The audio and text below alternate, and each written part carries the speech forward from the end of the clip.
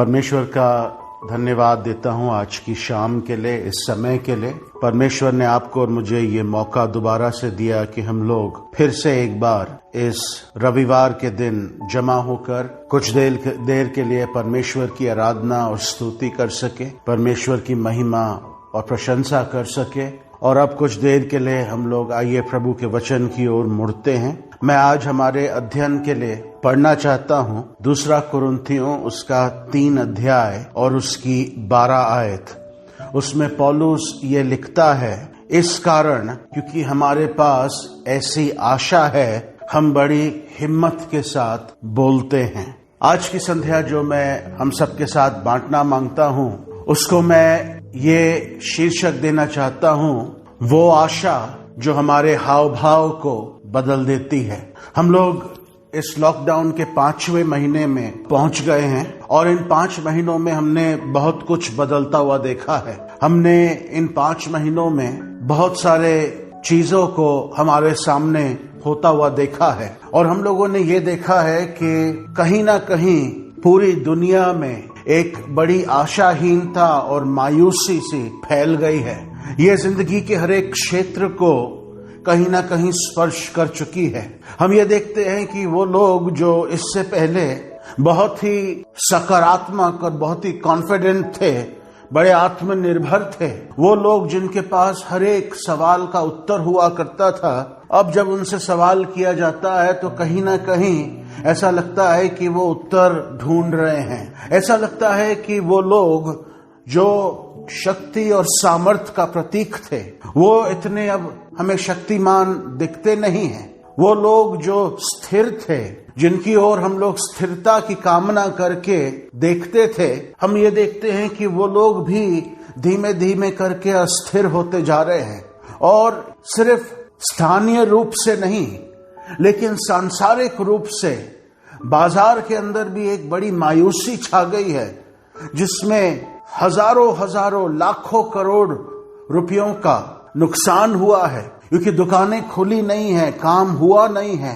लेकिन इंसान की जो मायूसी होती है, ये वहां से प्रारंभ होती है जब इंसान के पास किसी प्रश्न का उत्तर नहीं होता है। और ये जो मायूसी है, ये जो आशाहीनता है, ये एक कभी कभी बहुत खतरनाक चीज बनकर, एक बहुत खतरनाक रूप लेकर हमारे सामने प्रस्तुत हो जाती है। अभी हाल में ही हमें बड़ी वेदना हुई जब हम लोगों ने ये देखा और सुना कि एक जवान एक्टर, जिसने अभी हाल में ही कुछ समय पहले एक पिक्चर करके ये दिखाया कि आत्महत्या एक फैसला नहीं है, आत्महत्या से दूर रहना चाहिए।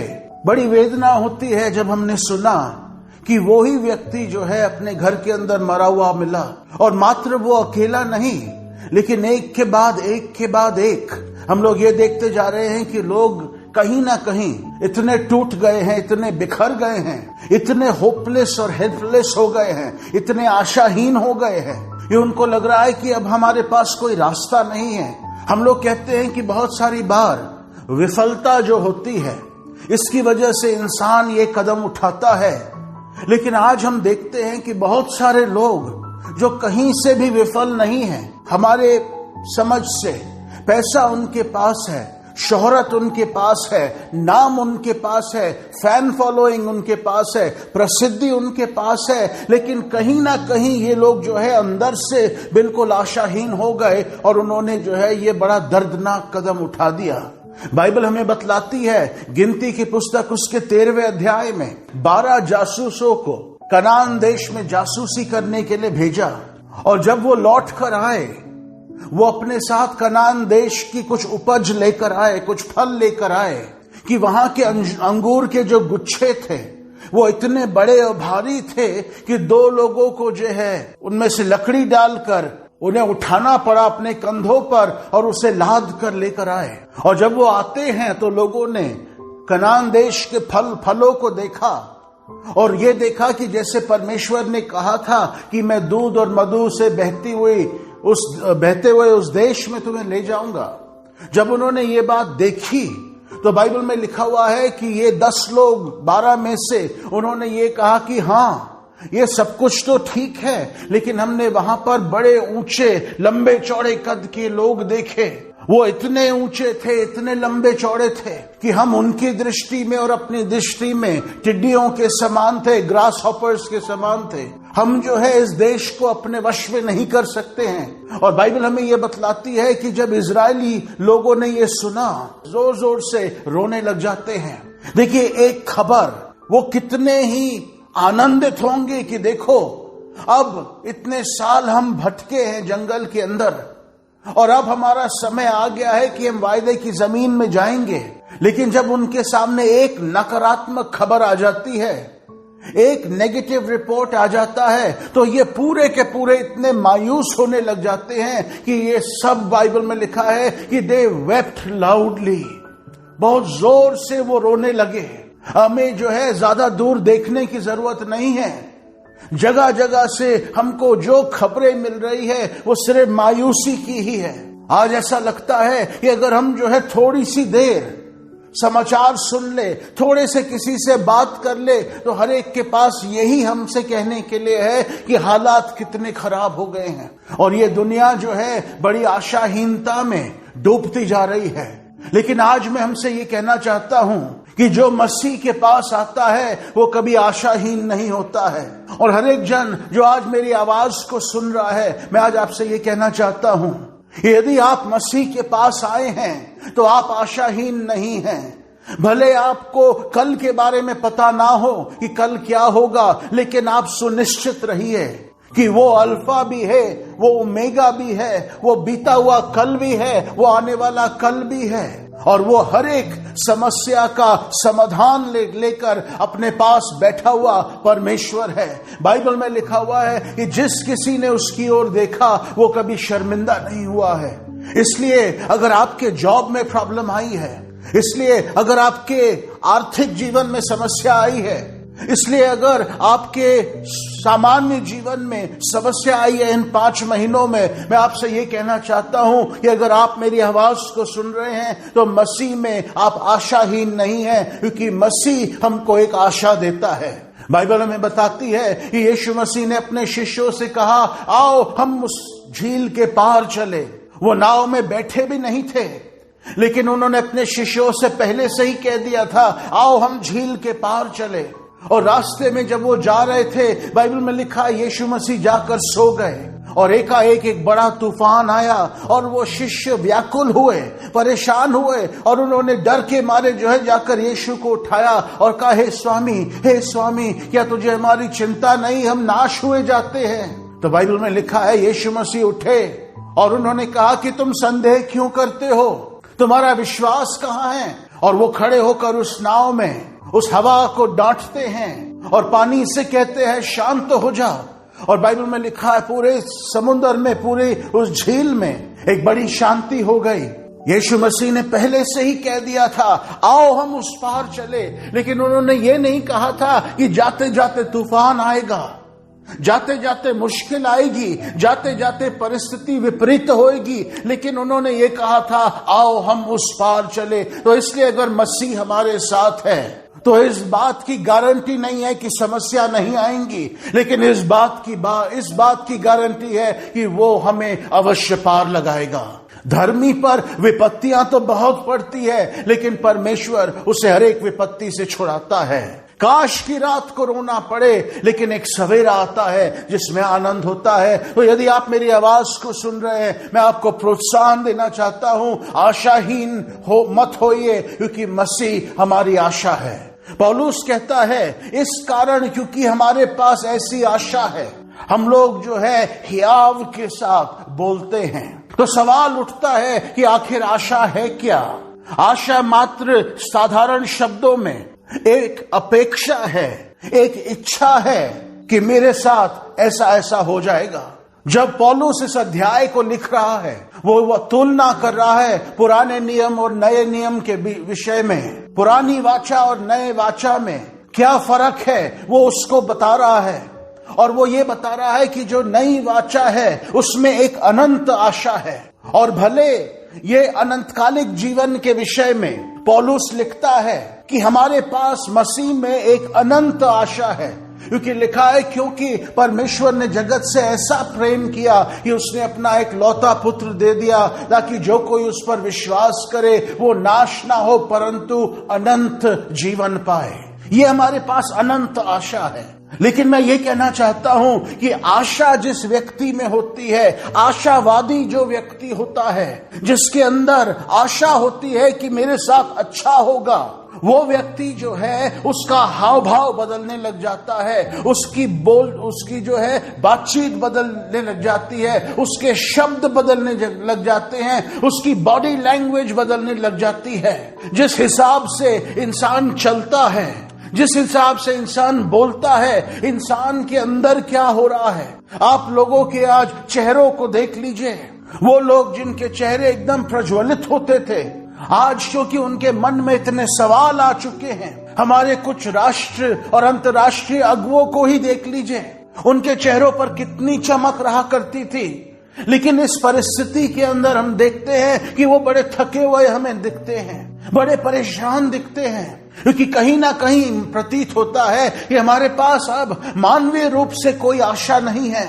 इंसान प्रयास तो बहुत करता है, मेहनत तो बहुत कर रहा है, बहुत सारी चीजों का इंसान जो है प्रयास करके इस परिस्थिति से उभरने की कोशिश कर रहा है, लेकिन हमें कहीं ना कहीं पता चल रहा है कि एक इंसान होने के नाते हमारी कुछ सीमाएं हैं। अगर इन 5 महीनों ने हमें कुछ सिखाया है तो हमें यह सिखाया है कि मनुष्य की कुछ सीमाएं होती है।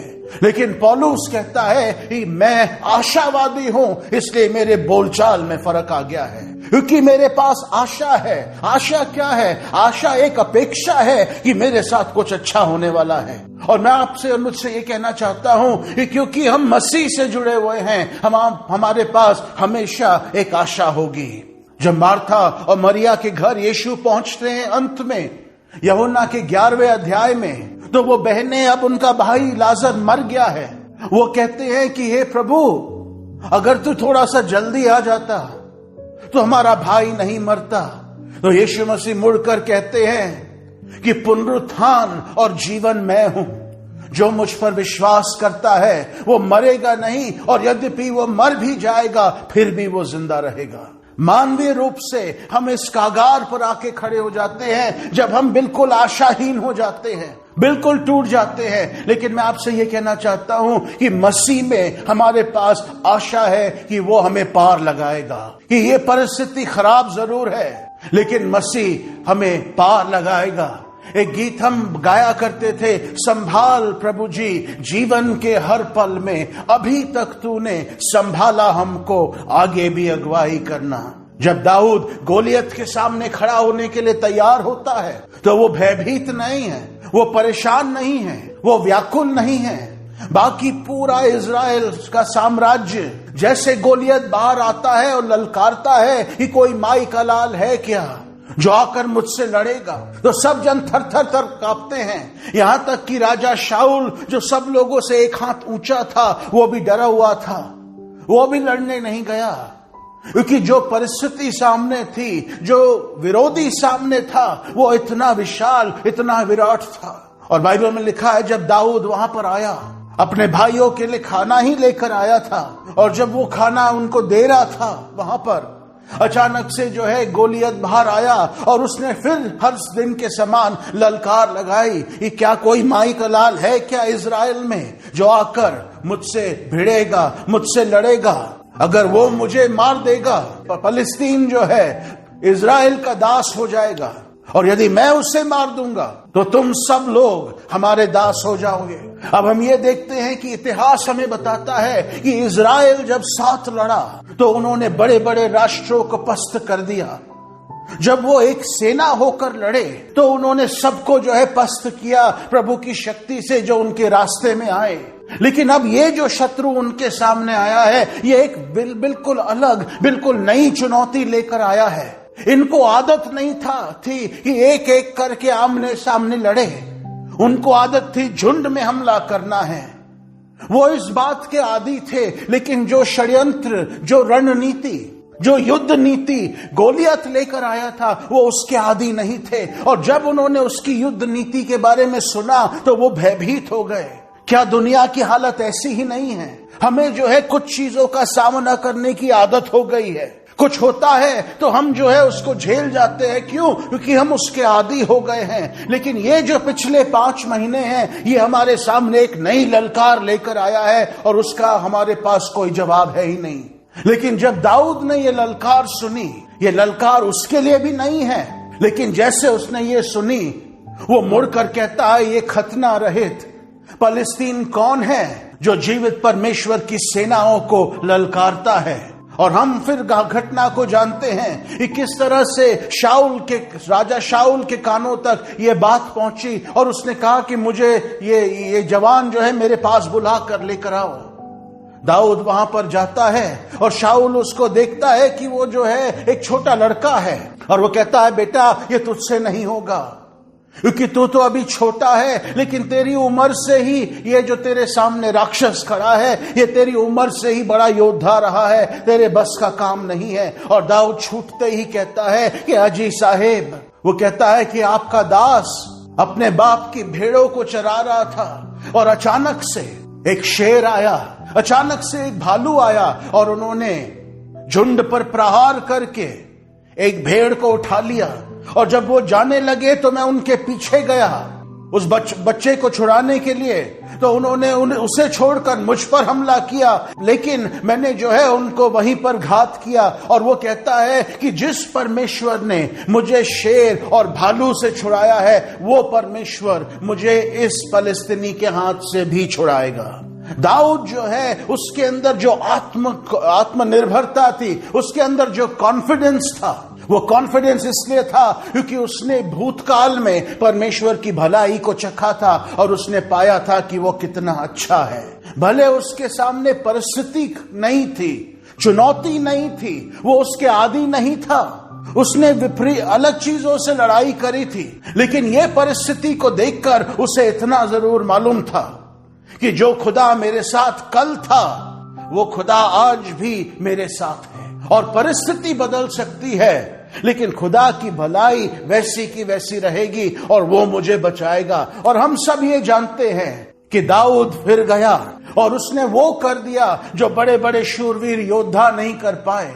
वो तलवार भी नहीं लेकर गया, वो भाला भी नहीं लेकर गया, वो कुछ नहीं लेकर गया जो सामान्य युद्ध में इस्तेमाल होता है। बस एक गोफन और एक लाठी चरवाहे की लेकर सामने जाता है। गोलियत जब उसको देखता है तो वो हंसने लग जाता है, कहता है, तूने क्या मुझे कुत्ता समझ रखा है कि तू लकड़ियों से और पत्थरों से मुझे मारने आया है? देख, मैं तेरे टुकड़े टुकड़े करके तेरे शरीर को मैं आकाश के परिंदों को खिला दूंगा। और दाऊद ने उससे मुड़कर कहा कि तू तलवार और भाला लेकर मेरे विरुद्ध आता है, लेकिन मैं जीवित परमेश्वर के नाम से तेरे विरुद्ध आता हूं जिसकी सेनाओं को तूने ललकारा है। वरन मैं तुझसे कहता हूं कि आज मैं तुझे मारूंगा।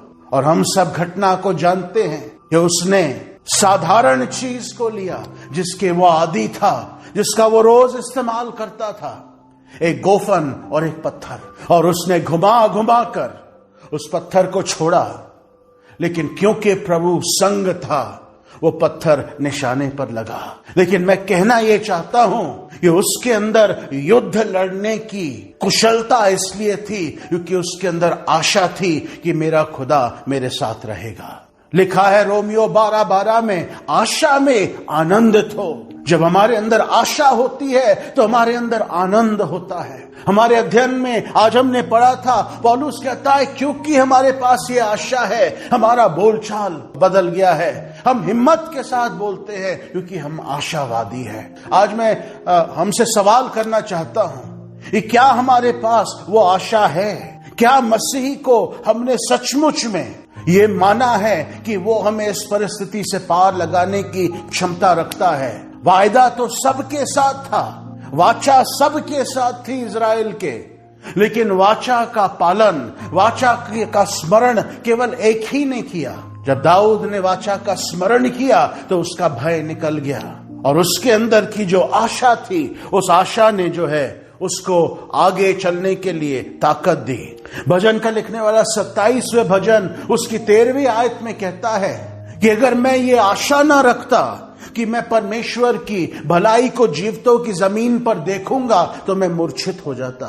आज लोगों के पास भविष्य की आशा ना होने के कारण लोग मूर्छित हो गए हैं, दिक्कत हो गई है, समस्या हो गई है। लेकिन मैं हमसे ये कहना चाहता हूं कि मसीह में हमारे पास आशा है कि भले हमें ये नहीं मालूम है कि कल क्या होगा और परसों क्या होगा और तरसों क्या होगा, लेकिन भजन का लिखने वाला ये कहता है, वो कहता है भले जवान शेरों को घटी हो जाए, लेकिन जो परमेश्वर के डरवैये हैं उन्हें किसी भली बात की घटी नहीं होगी। यहोवा चरवाहा मेरा, कोई घटी मुझे नहीं है। आशा रखिए उस पर। वो कहता है कि इस कारण, क्योंकि हमारे पास आशा है, हमारा बोलना बदल गया है। मैं आपको प्रोत्साहन देता हूं, अपने बोलने को हमें बदलने की आवश्यकता है, क्योंकि हम आशाहीन व्यक्ति नहीं हैं। ये 10 लोग जब आए थे, जासूस जिन्हें मूसा ने भेजा था, ये आशाहीनता का संदेश लेकर आए थे। लेकिन यदि आप मसीह में हैं तो हम आशाहीन नहीं हैं। हमारे पास ये आश्वासन है कि मसीह हमें पार अवश्य लगाएगा, हमें इस परिस्थिति से पार जरूर लेकर जाएगा। पौलुस कहता है क्योंकि हमारे पास आशा है, हमारा हाव भाव बदला हुआ है, हमारी बातचीत बदली हुई है। I would like to say this in closing tonight, that we are not hopeless and our conversations need to change because we are not hopeless. क्योंकि हम आशाहीन नहीं हैं, हमारे शब्दों को बदलने की जरूरत है।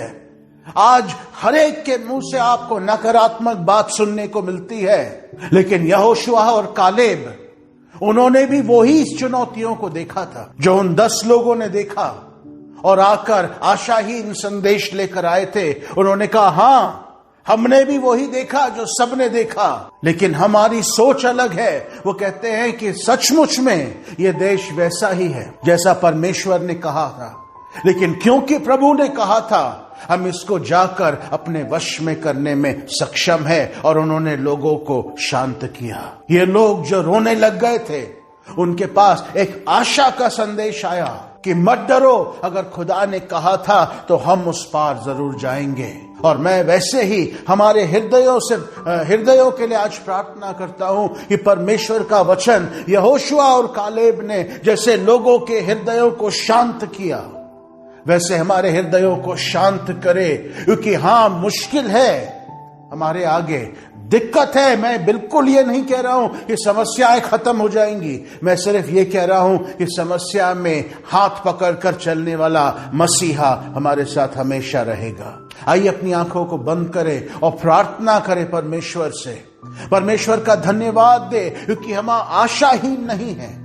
और क्योंकि हम आशाहीन नहीं हैं, हमारा हाव भाव बदलने की जरूरत है, हमारी बातचीत बदलने की जरूरत है। बाइबल में लिखा है कि जब दाऊद और गोलियत का सामना हुआ तो दाऊद दौड़ता हुआ गोलियत से लड़ने के लिए गया, जल्दी जल्दी गया, डरा हुआ नहीं था, सहमा हुआ नहीं था। क्यों? क्योंकि आशा थी कि जो खुदा कल मेरे साथ था वो खुदा आज भी मेरे साथ है। और मैं आपको प्रोत्साहित करता हूं कि हमारा खुदा हमारे साथ है। परिस्थिति बदल गई है, लेकिन खुदा नहीं बदला है। अनुग्रहकारी, जीवित और सामर्थी पिता परमेश्वर, हमारे उद्धारकर्ता प्रभु यीशु मसीह के नाम से हम आपके पास आते हैं। प्रभु, हम आपका धन्यवाद करना चाहते हैं, क्योंकि प्रभु हम आशाहीन लोग नहीं हैं। प्रभु जी, हमारे सामने जो हालात है बहुत खराब है, हम जानते हैं।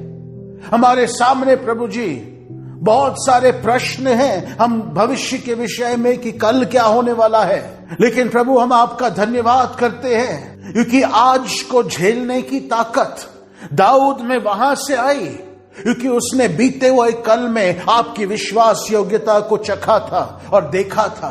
प्रभु जी, आज हमें साहस से भरिए, आज हमें हिम्मत से भरिए, आज हमें ताकत से भरिए, आज हमें भरोसे से भरिए। प्रभु जी, वो भरोसा जो हमें ये कहता है कि अगर उसने कल हाथ थामा था तो उसने आज हाथ नहीं छोड़ा है, और आगे आने वाले कल में भी वो हमारे साथ रहने वाला खुदा है। और प्रभु जी, मेरी प्रार्थना है कि आपके बच्चे होने के नाते हमारा हाव भाव इसलिए बदलने लग जाए क्योंकि हम आशाहीन लोग नहीं है। प्रभु जी, Lord, I thank you because we are not hopeless, we are not helpless, because our help cometh from the Lord. हम आशाहीन और असहाय नहीं, क्योंकि हमारी मदद आपकी ओर से आती है। इसलिए प्रभु जी, भले भविष्य के बारे में हमारे मनों में सवाल है, लेकिन आपके विश्वास योग्यता के कारण हम प्रभु जी आश्वस्त है कि कल के बारे में सवाल जरूर है, लेकिन कल जो साथ रहेगा उसके बारे में हमारे मनों में कोई सवाल नहीं। आपका धन्यवाद देते हैं। मेरी प्रार्थना है प्रभु जी, जितने लोग मेरी आवाज को सुन रहे हैं, प्रभु जी हमारे हृदयों में आपका वचन आशा कायम करे। प्रभु जी हमारे हृदयों को आशा से भरिए, हमारे हृदयों को ताकत से भरिए, हमारे हृदयों को शक्ति से भरिए। वो शक्ति जो कहती है कि डर मत, उसने ना छोड़ा था और न कभी छोड़ेगा। प्रभु जी हम आपका धन्यवाद करते हैं उस गाने के बोल के लिए कि यीशु मेरा हाथ ना छोड़ेगा, यीशु मेरा हाथ ना छोड़ेगा। बड़ी आंधी आने से, बड़ा तूफान आने से यीशु मेरा हाथ ना छोड़ेगा। प्रभु जी हम आपका धन्यवाद देते हैं। हालेलुया। यीशु मेरा हाथ ना छोड़ेगा, यीशु मेरा हाथ ना छोड़ेगा। बड़ी आंधी आने से, बड़ा तूफान आने से यीशु मेरा हाथ ना छोड़ेगा, यीशु मेरा हाथ ना छोड़ेगा, यीशु मेरा हाथ ना छोड़ेगा। बड़ी आंधी आने से, बड़ा तूफान आने से यीशु मेरा हाथ ना छोड़ेगा। मैं भी उसका हाथ ना छोड़ूंगा, मैं भी उसका हाथ ना छोड़ूंगा। बड़ी आंधी आने से, बड़ा तूफान आने से मैं भी उसका हाथ ना छोड़ूंगा। प्रभु आज हम आपके हाथ को थामे हुए हैं और हम आपके हाथ को छोड़ेंगे नहीं, क्योंकि आप पार लगाने वाले परमेश्वर हैं। हम आशाहीन नहीं हैं, इसलिए हम धन्यवाद देते हुए इस प्रार्थना को हमारे उद्धारकर्ता प्रभु यीशु मसीह के नाम से मांगते हैं। आमीन।